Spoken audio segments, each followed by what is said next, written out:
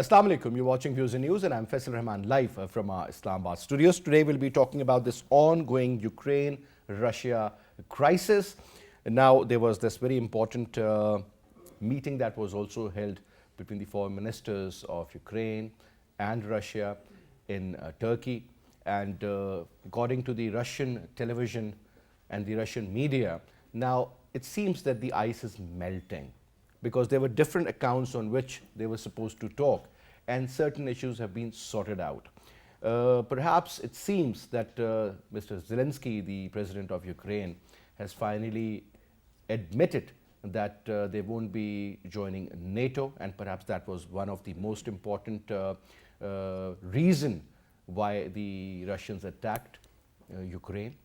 Secondly, regarding the NATO forces, that they will not be moving not even an inch further towards the east. That is going to be another very important point to be noted. And then on top, one important area regarding the sanctions on Russia, because there was another very interesting story in which the Americans have said that perhaps the Russians would agree regarding JCPOA. So if that is going on one end, there is an absolute surety that certain issues have been resolved and sorted out. Now, before I introduce you to our panelists, our production team has prepared a report. Let's watch that. Crisis is on one hand threatening regional and global peace, and on the other hand is heralding the birth of the new world order. It is necessary that both parties show an appropriate negotiating stature so that the whole world could be protected from a grave political and economic catastrophe. The Russia and Ukraine crisis is also worsening the already strained relations between China and the United States, as recently United States National Security Advisor Jake Sullivan made Washington's concerns clear to the director of China's Office of Foreign Affairs Commission, Yang Jiechi, during a meeting in Rome.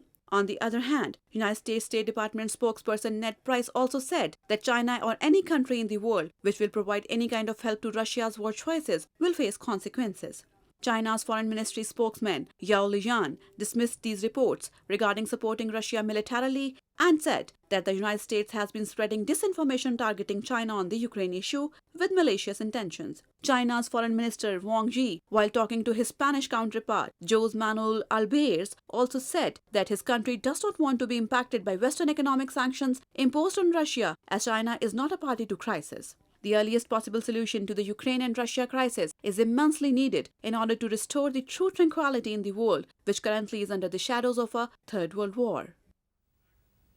Now, to talk about this very important story, we have with us in our studio. On my right is Dr. Tughral Yamin Sahab, who's a senior analyst. Thank you very much, sir, for your time. And from Germany, we have with us Harley, Schlanger, political analyst. Thank you very much, sir, for your time as well. Now, let's start off from you, Dr. Tughral. The latest development. One, since I mentioned about JCPOA earlier, the Russians who were the signatories, they said that we won't be moving ahead unless and until these sanctions are removed, that at least the JCPOA sanctions, so that Russians can do trade with the Iranians. Seems that issue is sorted out. So if that is sorted out, means that something else is going on the other front also.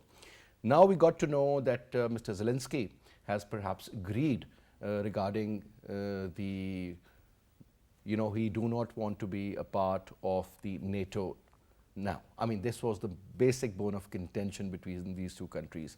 No more further movement of NATO towards the east. Again, it makes a lot of sense. But there are, according to Mr. Lavrov, the Russian foreign minister, says that there were so many areas, but many of them we have talked about, and most of these issues have been sorted out. Now, sir, is this what the Russian objective was perhaps, or maybe the kind of goals they had before the start of the war, they could not be achieved within the given time? So they have lost 5 of their generals. According to one of our correspondent, he mentioned that around 350 to 400 tanks have been destroyed. Dozens of helicopters and dozens of jets were also shot down.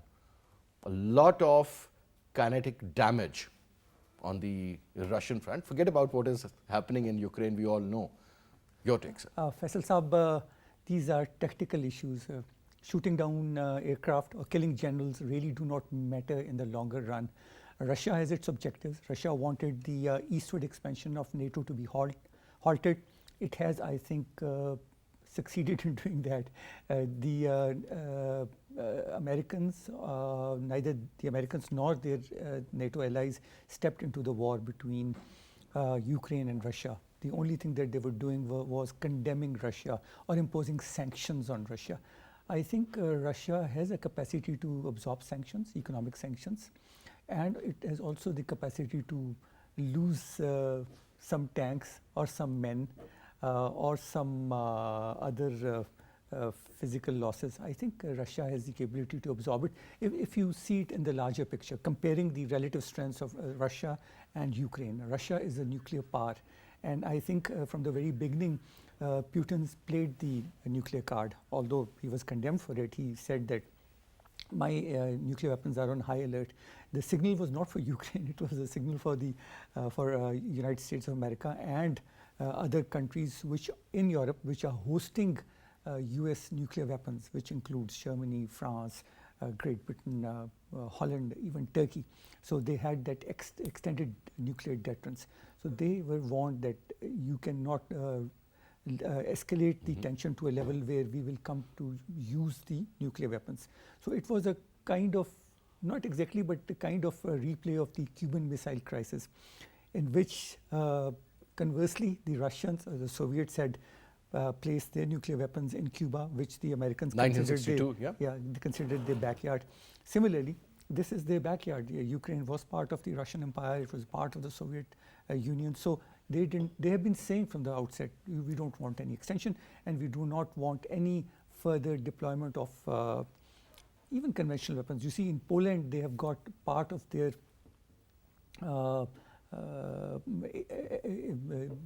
the missile air defense system, which is a very extensive system. They have got radars all over the world, including Australia, which are part. The Americans, in fact, placed them there. Yeah, and also Poland, and they had their THAAD, terminal high altitude air defense weapons, to take in incoming missiles. To shoot down incoming missiles is a very difficult option. We just witnessed an Indian missile coming to an area. So it's very difficult to stop the incoming missiles. So the ballistic missile defense shield was already placed and in Eastern Europe. So Russia was worried about it. Deployment of soldiers also in Poland and other countries was worrisome for Russia. So yes, wars are never a good thing. It's serious business, it's bloody business. Your people get killed, other people get killed, and the worst sufferer are the innocent civilians, which in this case also were the innocent civilians. Absolutely. Who had to flee, about 4 million of them, according to conservative estimates. Instantly, they were Pakistan. Highest ever displacement after the World War II. Yeah, absolutely. Imagine. Yeah, absolutely. So this is a war which is taking place in Europe, which is not good. But for the time being, the activities of great powers in other countries, like So you believe that the backdoor diplomacy has worked? Because in this case, the role of China, everybody was saying that the Chinese should intervene, and they should, in fact, they can actually convince Mr. Vladimir Putin to put a halt on this extreme attack. I'm sure they must be talking to each other, but China has its own problems. China does not want to be demonized or villainized. That is why it is saying that we are in the crossfire. We are not for war. They're trying to explain that. They don't want to appear as the bad guy. And Russians, unfortunately, because they began the invasion, are being painted in a bad light. They are being shown as aggressor, as the aggressor state, and attacking any sovereign countries against international norms. So China does not want to be in the same category, but I'm sure they must be advising, they must be having backdoor talks with their Russian counterparts, and they are on good terms with Russia. You remember the statement made by President Xi on the sidelines of the Beijing Winter Olympic Games that our cooperation knows no limits. So that was an indication. Look at their bilateral trade, sir, over $220 billion. It has multiplied since 2014, post the annexation of Crimea. Yes, yes. But China does not want to be openly shown as a part of Russia. That's at least on the international arena. They don't want to be seen as supporting the aggression. But obviously, they also do not want Russia to get embroiled in a war in which it becomes sucked into a never-ending war like Afghanistan or any other place. And I think I'm sure Russia also knows it. So it is a tricky situation for the entire world. The Europeans are very worried.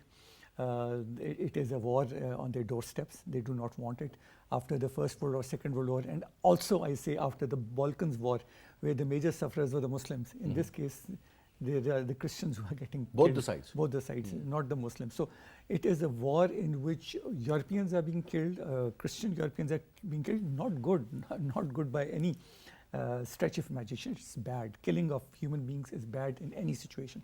So what Russia is doing, China, I'm sure, must be telling them, please do not take it to such an Do not escalate further. so that it becomes difficult for you and difficult for us also to justify to the world. So do not, I think. And the impact of this war on the global front, sir, as far as money is concerned. Look at the inflation, look at the oil prices. Now they have gone down a little, but food prices for that matter, because sir, at the end of the day, sir, Russia and Ukraine, they are the major producers of wheat and corn for that matter, and so many other products, sunflower or cooking oil and so on and so forth. So the earlier they sum up, the better it is, not only for these two countries, but for the entire globe, sir, because war itself is a problem. It cannot be a solution. Cannot be, Europe has its problem. It was dependent on energy on Russia, and it was dependent on its security on NATO.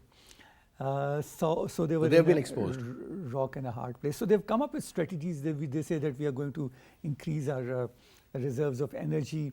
But sir, that is going to take, I was reading an article in which they said that, the infrastructure regarding the Russian energy resources, whether it's coal or it's gas or it's oil for that matter, that infrastructure is there and it's easy, it's cheaper. Rather than developing that infrastructure, if they are importing Storage, it from Iran or from Qatar for that matter or some other country. But perhaps they will be looking on those lines now. They are. For sure. Especially Germany. The EU has already announced, they said we are going to increase our reserves of energy. So we do not want to be in a similar situation later. But as you are very rightly pointed out, storage of energy is a very difficult proposition.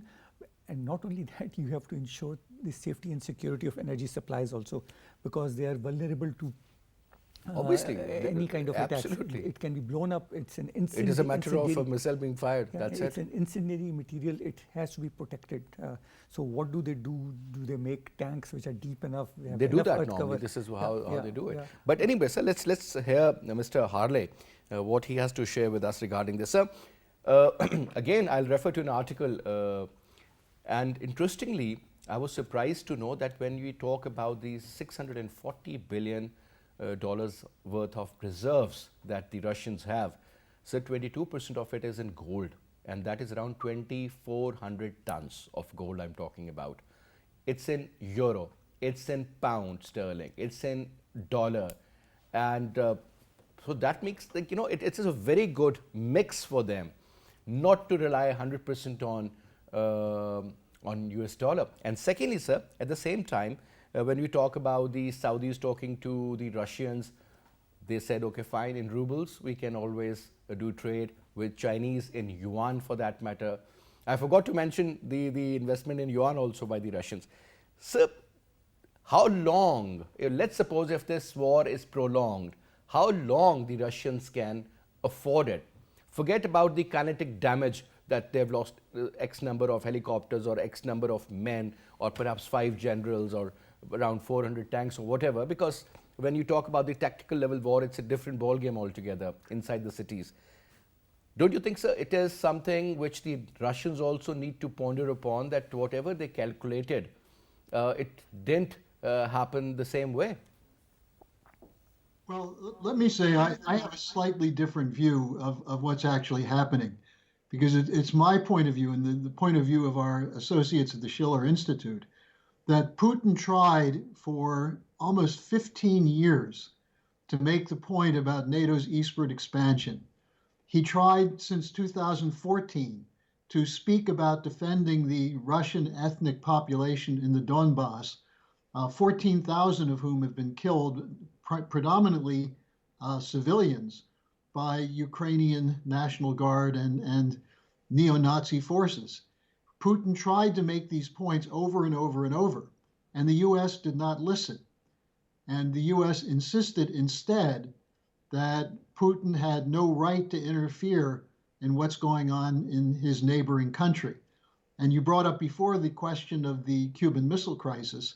From the Russian standpoint, this is somewhat very analogous to that, to have offensive weapons right on your border in the hands of people who don't like you and have shown they're willing to kill Russians in their own country.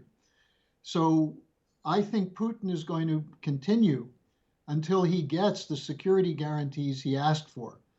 Now, it's also the case that these security guarantees are entirely reasonable. After all, Ukraine signed an agreement called Minsk II, where they said they would guarantee the security and the safety of the people in eastern Ukraine, but they never did it. They never followed through. And Putin is blamed for that. But there are no Russian troops, or there were no Russian troops in eastern Ukraine. There were Russian population, but they'd lived there for a long time. So I think that the Russians have a point of view here that they're going to keep going until they get the security guarantees that they want. And that includes demilitarization of Ukraine. And the Ukrainian military has been significantly weakened by the attacks. And then secondly, denazification. Now, the China question then is totally integral to the attack on Russia. What we're seeing with the sanctions is economic warfare against Russia. Now, we've seen sanctions before, and of course, it's ironic to me that the people who are talking about how barbaric the Russians are destroyed Fallujah, bombed Belgrade, civilian populations, killed hundreds of thousands in Afghanistan and Iraq. And now they're talking about the brutality of the Russians. Well, the other thing that's going on here is that there's a great fear in the West of a Russia-China economic integration, Eurasian integration. And you mentioned this whole question of what's going on with China. Well, there was a conference yesterday or 2 days ago of the Eurasian Economic Union with China to discuss the possibility of establishing a new financial system using Russian gold, Russian oil, Chinese dollars, the Chinese yuan, to establish a different potential currency to break out of the petrodollar system. The fact that the Saudis have agreed to accept yuan for their oil, the fact that there are these kinds of discussions going on means that the West is now facing the fact that the financial order that they've imposed on the world is losing. The inflation in the West started before this war, long before this war. It's a result of trying to prop up a debt-bloated system. So I think the Russians are in a very good point, have a good security question and also economic starting point. The Chinese are not going to abandon the Russians. It's clear the Chinese don't want a wider war, but neither did Putin. I think it was forced on him by the West.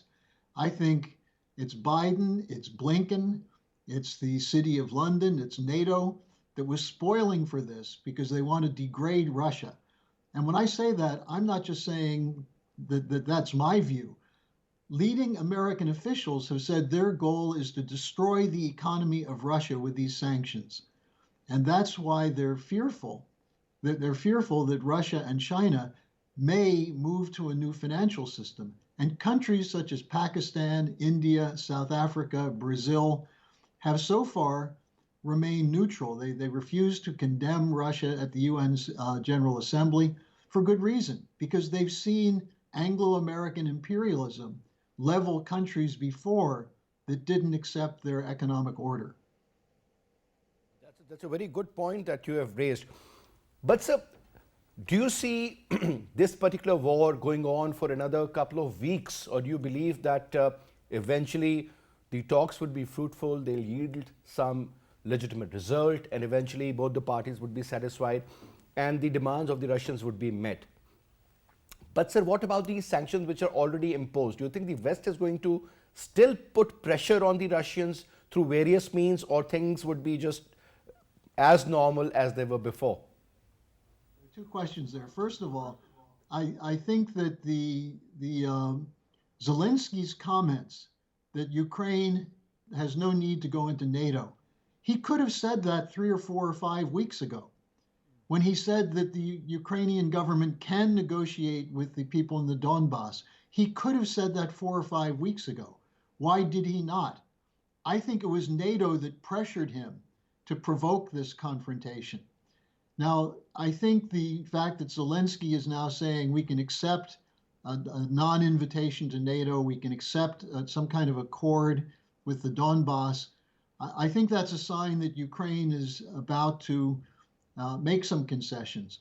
The concessions they want from Putin mostly is that Russia will leave Ukraine alone, will allow it to exist as a sovereign nation.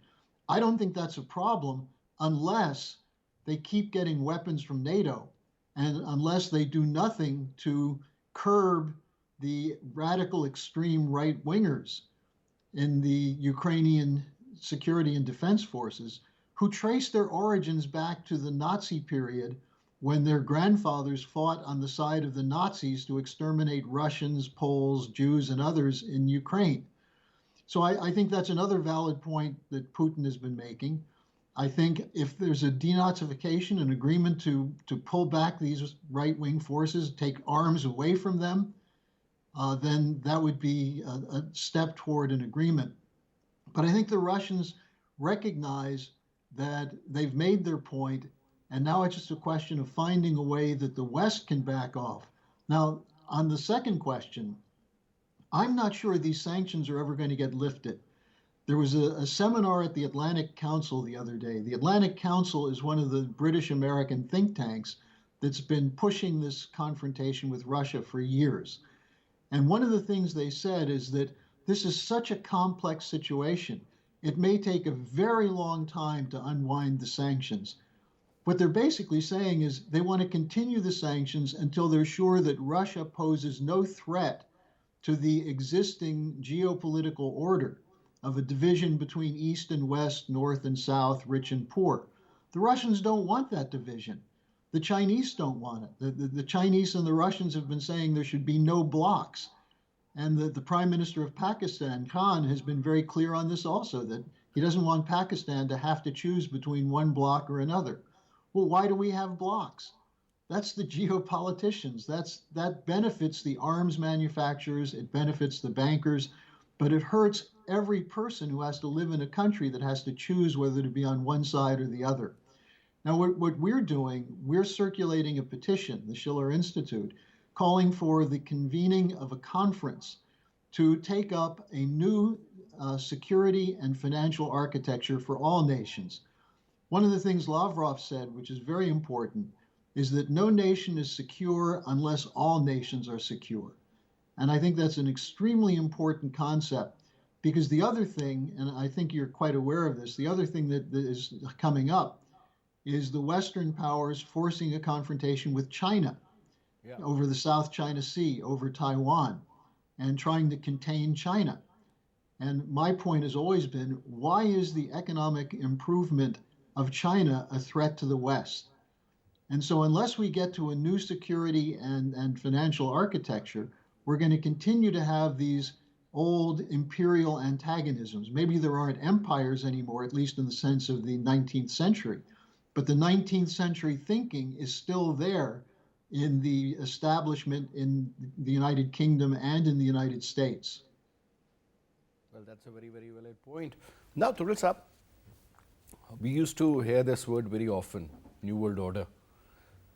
So, are we in a transition mode at the moment when we talk about the New World Order? Because America was the country which would invade any other country which is much, for example, let's start off from the Far Eastern side, sir. You talk about Cambodia, you talk about Korea War, you talk about Laos, Afghanistan, Iraq, Libya, Syria. I mean, there's a long list, sir. I can go on. We talk about sanctions on Venezuela, on Cuba. I mean, whosoever disagrees is, I mean, I still remember that statement when General Musharraf was asked by none other than the former President, Mr. Bush, are you with us or are you against us? So now, I mean, this is not the kind of equation that suits anybody with us, because we had nothing to do. Not even a single Pakistani or Afghan was involved in that 9/11 attack if it was properly carried out by external forces rather than internal, because that act was pretty dubious and there was a lot of debate going on as well. But sir, what I'm saying is, even Vladimir Putin also said that I'm going to share some pictures from the satellite and I'll tell you what happened that day. What I'm saying is, sir, is it a question mark on the American hegemony now? Are we really entering into maybe a tripolar or a multipolar world now, sir, where the Americans are being challenged? And let me put another question here. When we talk about the South China Sea issue, sir, this is exactly what, I mean, NATO is doing in Europe. The Quad or AUKUS is going to do that in the South China Sea. Is it also a message for the Western world and the members of AUKUS and Quad that, listen, do not mess with China, because they are much stronger as far as economy is concerned, as far as resources is concerned, and eventually if the Russians are asking them for the weapons, means that Chinese maybe they have an edge over the regular and these weapons which are being used. What is your take on that, sir? Yes, we are witnessing a transition in world order. It can take 100 years or 200 years for one order to last. We have seen big empires. Mongol Empire was one of the biggest in the world. Indeed, but sir. even it came to an end, and now it's a very small Mongolia. Every rise has a fall. Has a fall. Ottoman Empire was a big empire. In the British Empire, the sun never used to set. Austro-Hungarian Empire. You just talk about it, and yeah, we witnessed every empire. The United States of America has been a retreating power for a very long time. The United States of America is still very strong because technologically they are very strong, militarily they are still very strong. So I do not know how long their preeminence in world affairs is going to last. But what the war in Ukraine has proved is that countries will defy you. Countries can go to war against you. So far, it took 20 years for the Taliban to take Afghanistan back from the American forces and the NATO forces. Russia will take maybe a few weeks, months or something. It will eventually stop at some point, but it will show to the world or the existing world order that, hey there, the existing security order will not last. And similarly, the existing monetary order will also not last. If you use the economy as a weapon too often, then they will come up with alternatives with countermeasures. And there is a very serious thought that the Chinese want the new currency to be the yuan. They have been asking Pakistan also that, look, we want the trade in yuan. Pakistan has been resisting so far because we do not know how the dollarized economy is going to react to it. But this is going to change, because if you impose sanctions, which in any case, economic sanctions can never crumble a nation. I have never seen a nation Look at Iran for that matter. Look at Iran for that matter. Look at other nations. Look at even North Korea. Even North That Korea. is a better example. Yeah, exactly. Iran has oil. North Korea doesn't have any oil. Nothing at all. It was at one point it was willing to give concessions if it got high-speed diesel oil to give up its nuclear program. So economic sanctions are not the end in all, and if you remove a country partially from the SWIFT system, they will come up with their own system. Even now you see the cryptocurrency which is coming in, although not all established governments favor cryptocurrency, but cryptocurrency. A lot of trade is actually being done. A lot of trade is being done. Elon Musk. Yeah, Elon Musk is doing it. So what I'm trying to say is that this current let's say the Bretton Woods financial institutions are not going to last forever. The World Trade Organization is not going to last forever. Everything is subject to change. Even Faisal Saab, I think UNO may change. You may have a UN headquarter or an alternative headquarter in, say, Beijing. Who You never know. You never know, because after the Second World War, the UN was established in New York because the American was the Winner. hegemon Basically, yeah. with deep pockets. They actually bankrolled the Second World War. Had they not joined the Second World War, Britain would have easily lost it. That's why Schlanger was saying again and again, the Anglo-US combine. They have been ruling the world. The Brits have been extending the colonial rule through their cousins, the Americans. So Yes. I won't say who's good, who's bad. Everybody has its own vested national interest. Chinese would have their own vested national interest. Russians are going to have their own vested national interest. But I think our government is taking a fine stand by saying, hey, there we do not belong to any club, any camp, any bloc. Our national interests are at heart, and we do not want to condemn anybody. We are not for war. We want diplomacy to be given. So this is not our issue. This is not our issue. This is a European, at the moment, this is a European issue. We are sorry for it.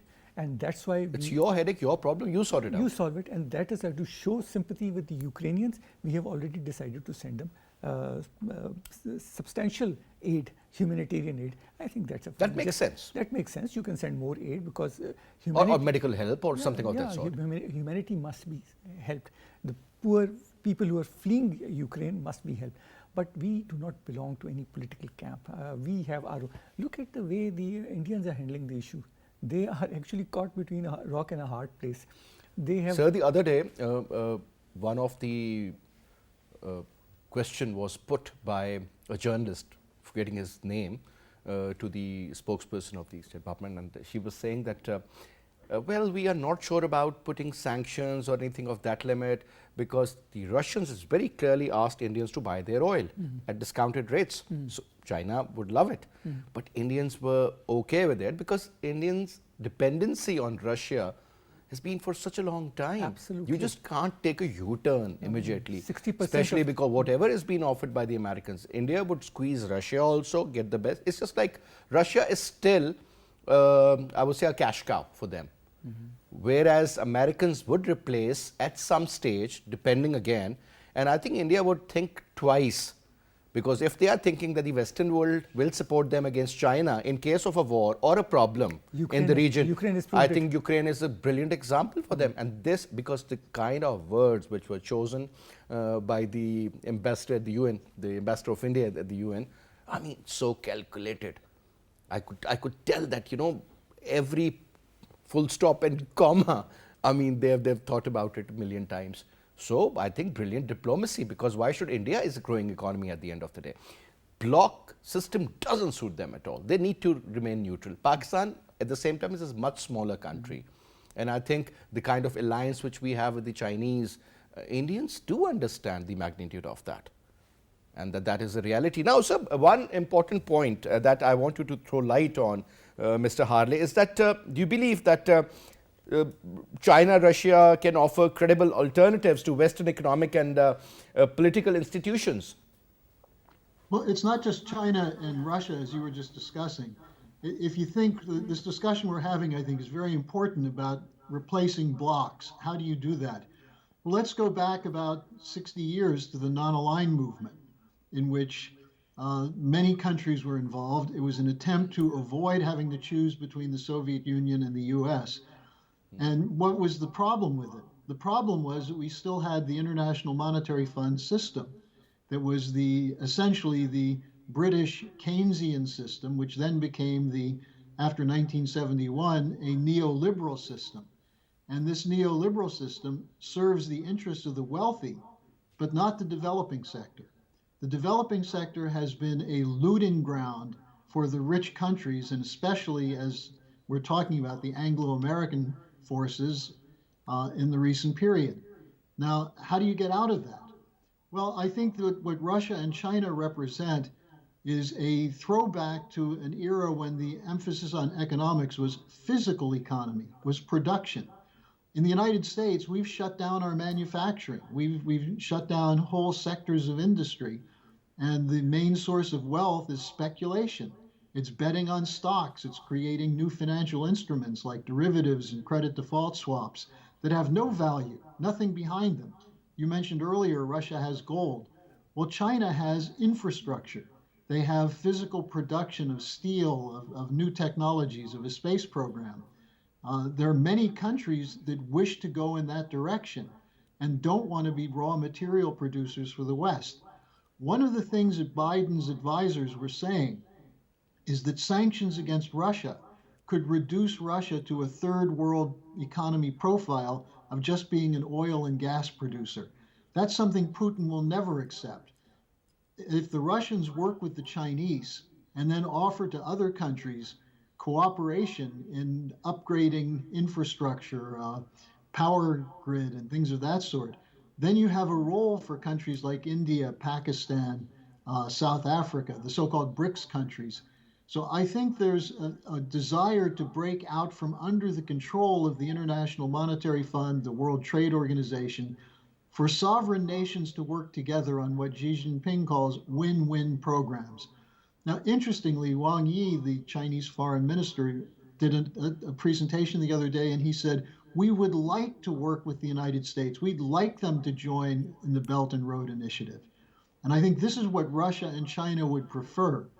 I don't think they want to break the dollar system unless the dollar system is out to break them. And the use of sanctions, just one quick point on this, sanctions are warfare by another means. More people are being killed in the world today by sanctions than by warfare. The whole Syrian population is under the Caesar sanctions that's withholding medicine and food to tens of thousands of people. Afghanistan, the US stole their money. So sanctions are killers.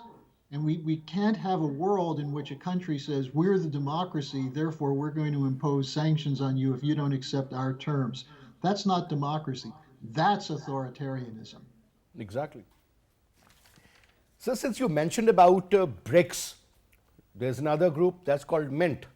In BRICS, we have Brazil, we have Russia, we have India, we have South Africa, and then when we talk about MINT, we have Mexico, we have Indonesia, then we have Turkey, and then obviously Nigeria, interestingly. Most of these countries do not have that kind of a great relationship with the Americans as such, sir. And if you put the GDP of these countries together, sir, I think they are really doing very well. Despite all odds, despite what we all went through during the last 2 years, during the time of this pandemic, the next couple of years, let's suppose till 2030, there would be a lot of changes. The world is moving away from the regular source of energy, fossil oil and all, towards clean energy. They're going green now. That is also going to bring a lot of change. And then we talk about the artificial intelligence. We just thought that Americans or the Silicon Valley is the name of the game. But sir, Chinese are much ahead in so many technologies, even in 5G. Perhaps we're talking about 5G, maybe 6G, 7G, God knows where the limit is. So don't you think that if China can provide better opportunities for such countries, better investments, most of these countries have also agreed to be a part of the Belt and Road Initiative also, when you talk about Europe and the Central Asian states, which are full of resources, but since they could not develop much, don't you think, sir, that is the actual alternative for the American hegemony? Well, here's an interesting point.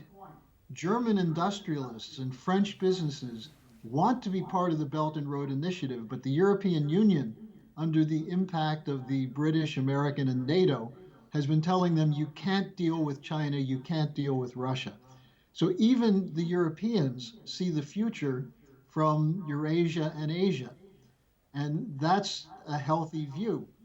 I think the problem with the American public is this unipolar arrogance, the idea that we won the Cold War and we can dictate the terms, the idea of a rules-based order. Well, who makes the rules?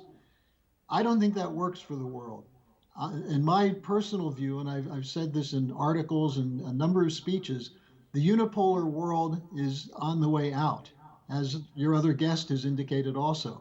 The question is, what replaces it? Is it going to be anarchy? Is it going to be economic collapse into different zones?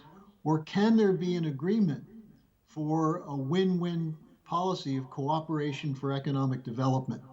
And I think that's why I brought up the Bandung Conference, the non-aligned nations, Pope Paul VI, who said development is the new name of peace. We have to move to this idea that the benefit of the other should be the interest of every nation. And under those circumstances, you don't have to worry about security concerns because the mutual benefit is what drives each country. And if we can't achieve that kind of change in the next decade or so, I don't think things are going to look very good for the human race. So let's talk about the Middle Eastern countries, GCC. As we have also talked about it earlier, that the Qatari prince was in, and USA offered them all sort of support regarding the energy supplies, and they were regarded as the non-NATO ally, like we were once. But sir, putting the UAE in grey list, and Saudis, they have a lot of influence on the UAE. We all know that. And Mohammed bin Salman not picking up the phone of the US president, that is a big deal, sir. Forget about the historical issues that they both have. Could be the killing of that journalist Khashoggi, yeah, and plus a lot more. And the kind of deals earlier which were signed between Saudi Arabia and United States of America during the time of Trump were not very meaningful for Mr. Biden also. But sir, this reaction from Saudi Crown Prince, from UAE, and especially putting UAE in the grey list as far as FATF is concerned, good, bad or ugly, that's a separate topic to talk about. So what sort of a message is this for the GCC countries? Because these two countries, along with Bahrain or Kuwait and Oman, they do matter. But Saudi Arabia and UAE, sir. If I was a UAE Crown Prince or a Saudi Crown Prince, I would be very worried about my money in the US. You see, the Americans. Do you think at some stage they'll be slowly putting their money in the Chinese or Russian banks? They should. I'm sure they must be doing it already, because I think, sir, it's over $1 trillion as far as UAE is concerned, and around $1 trillion of Saudi Arabia also. They've deeply invested in the US banks. So I think they should be worried right now, because this has happened in the past. The Iranian monies were frozen. $200 billion. Yeah. They're still, the JCPOA was actually one way of Iranians getting back some of their frozen assets. And the Afghans, $7 to $9 billion have been literally stolen from them. So I think they should be really, really worried about it. But Faisal Saab, what I am looking forward to is, there's going to be change in the international order. What Pakistan should be looking forward to is, how can we utilize this shift in international world order to our best effect? How can we revive the Kashmir issue, which has been frozen for a very long time? How can we convince the new masters that, look, these are issues which need to be resolved, otherwise there can be war between Pakistan and India. China has already said that there should be direct talks between Pakistan and India. And US, even the US. Even the US. So the realization is there. How can we capitalize on it? How can we leverage the changing world order to our best effect? That is something which our Foreign Office should be seized with and should be looking forward to. So OIC summit is being held? Absolutely. So there you go. That is one place where you can. And I've heard that over 46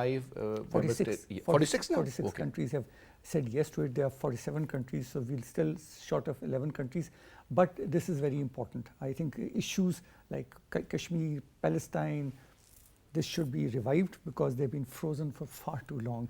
And these are the focal points, actually. Absolutely. There is trouble in South Asia because of Kashmir and because of Palestine in Middle East. So I think there is a need for our diplomats to work on these issues, forgotten issues. They need to be revived under the new world order. Absolutely, sir, because I think the world has also realized that what bombing means after this Ukraine crisis is an eye-opener also for the West, that if children are being killed in Palestine, or women, I mean, there is an absolute chaos out there, sir. I mean, the kind of atrocities these people go through every day, it's not a joke, sir. We live in a free world. We don't have that, we can't feel that pain, actually. Absolutely. Imagine a city being bombed. I mean, I still remember that very interesting statement on CNN, the first day of bombing in Baghdad. Well, the skies of Baghdad are illuminating. Imagine, illuminating as if their fireworks were going Shock out. and awe. Imagine that. Yeah. So I think West has to learn and As far as NATO is concerned, they need to think twice before taking any decision.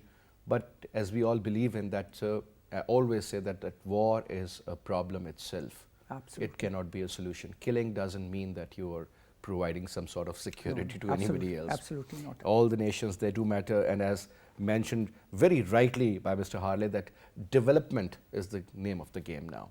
Absolutely. Unfortunately, this is the line we all need to actually follow. Thank you very much, sir, for your time. Mr. Harley, it was a pleasure having you, sir. Thank you so much for your input in our program. Good being with you again. Thank you very much once more. And that's all we have for this hour. I'll see you again, inshallah, tomorrow, 8 or 5 p.m. Till then, you take good care. Khuda Hafiz.